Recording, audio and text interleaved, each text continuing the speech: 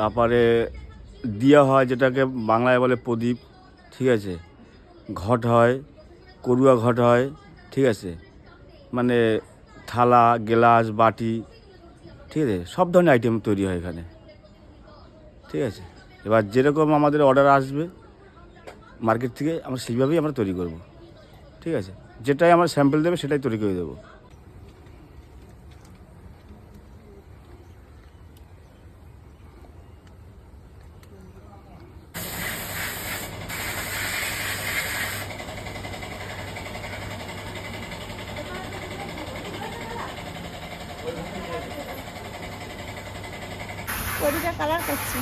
সব ধরনের প্রদীপ, আমাদের পুজোর ঘট, মানে নানান ধরনের মাল এখানে আমাদের তৈরি হয়।